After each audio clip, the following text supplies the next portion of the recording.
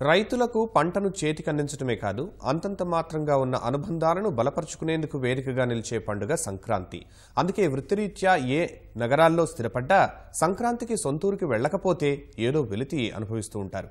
నేటి తరంలో చిన్న కుటుంబంలో ఉన్న నలుగురే పండుగకు ఒకచోట కలవడం గగనమైపోతోంది. అలాంటిది గత 5 ఏళ్లుగా 5 తరాల వారు సొంతూళ్ళలో కలిసి సంక్రాంతి సంబరాలు జరుపుకుంటూ అందరికీ ఆదర్శంగా నిలిచింది అడుసుమిల్లి కుటుంబం.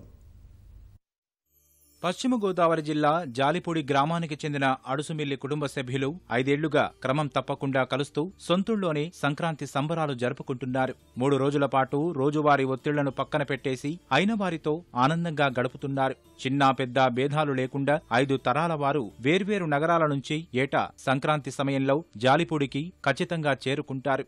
ఈ సంవత్సరం సంబరాలు సైతం చిన్నారుల ఆటపాటలతో సాంస్కృతిక కార్యక్రమాలతో ఉత్సాహంగా జరిగాయి.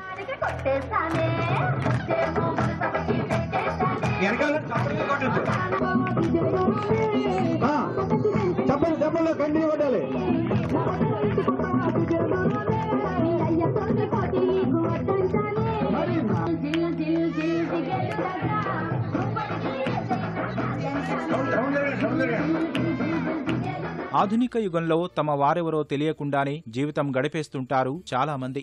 ఏటా సంక్రాంతి సమయంలో ఆత్మీయ సమ్మేళనం కోసం సొంతూరికి రావటం వల్ల మానసిక ప్రశాంతత లభించడమే కాకుండా వేర్వేరు నగరాల్లో ఉన్న తమ చుట్టాలందరినీ కలుసుకోగలుగుతున్నామని అడుసుమిల్లి కుటుంబ సభ్యులు ఆనందం వ్యక్తం చేస్తున్నారు. మేము ఎక్కడ ఏ వ్యాపారాలు చేస్తున్నా కూడా ఈ సంక్రాంతి పండుగకు వచ్చేపాటికి అందరం ఇక్కడే కలుస్తున్నాము. మాకు తెలవనాళ్ళు, మా పిల్లలకు తెలవనాళ్ళు అందరూ కూడా ఒకరికొకరు పరిచయాలు ఉన్నారు. ప్రతి సంవత్సరం ఇట్లా కంటిన్యూ చేస్తాం ఈ ప్రోగ్రాంలు అయితే మాత్రం. ఇప్పుడున్న తరానికి బంధుత్వాలు ఏంటి తెలియట్లా. వాళ్ళ కుటుంబం 4-3 తప్ప ఇంకెవరు తెలియట్లేదు. ఇటువంటి తాతలు, ముత్తాతలు, అమ్మమ్మలు, నాయనమ్మలు వరుసలనే తెలుస్తుంటాయి.